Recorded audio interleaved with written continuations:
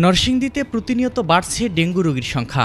জেলার বিভিন্ন হাসপাতালে এখন রোগীর চাপ বেড়েছে কয়েক গুণ। চিকিৎসকরা বলছেন আক্রান্তদের বেশিরভাগ শহর ও আশপাশের এলাকা থেকে আসছেন।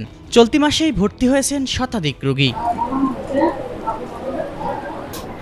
চলতি বছরে অক্টোবর মাসেই নরসিংদী জেলা হাসপাতালে ডেঙ্গু আক্রান্ত হয়ে ভর্তি হয়েছেন প্রায় ১০০ জন রোগী। বর্তমানে চিকিৎসাধীন আছেন ২৩ জন। চিকিৎসকদের ভাষায় অতিরিক্ত বৃষ্টিপাত ও জমে থাকা পানির কারণে এডিস মশার প্রজনন বেড়েছে, আর সচেতনতার অভাবেই পরিস্থিতি নিয়ন্ত্রণে আসছে না। বর্ষা মৌসুমে পানি জমে থাকায় এডিস মশার প্রজনন বেড়েছে। জুলাইয়ের শেষ দিক থেকেই ডেঙ্গুর প্রকোপ বাড়তে শুরু করেছে নরসিংদীতে। দিন দিন ডেঙ্গুর উপসর্গ ও ধরন পরিবর্তন আসায় উদ্বেগ দেখা দিয়েছে রোগীদের মনে। জ্বর হয়েছে, ব্যথা হচ্ছে, ওষুধ মষুধ খাওয়াছি, ব্যথা কমে না, খাওয়া খাদ্য চলে না, খাইতে পারে না, বমির বা ডাক্তারের লারা লইছি আজকে। হইলে আমার শরীরটা অত্যন্ত খারাপ দিছে। হরে চোখে লাল হয়ে গেছে, হরে ওষুধ বানিয়ে খাইতেছি, হরে আস্তে আস্তে সারে না হরে অলরেডি ডাক্তার দেখলাম, হরে কইলো ভর্তি হইতে গেছি ডেঙ্গু।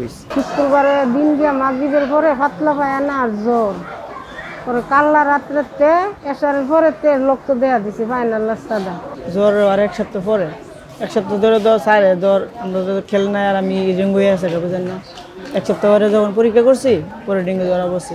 ডেঙ্গু নিয়ন্ত্রণে এখনই প্রয়োজন সম্মিলিত উদ্যোগ ও সচেতনতা বৃদ্ধি, না হলে পরিস্থিতি আরও জটিল হয়ে পড়বে বলে আশঙ্কা করছেন চিকিৎসকরা। এখানে গত এক মাসে প্রায় ১০০-এর উপর রোগী কিন্তু ভর্তি হয়েছে এবং আজকে আমাদের এখানে ডেঙ্গু রোগী ভর্তি আছে এই মুহূর্তে ২৩ জন এবং গতকালকে ছিল ২৪ জন।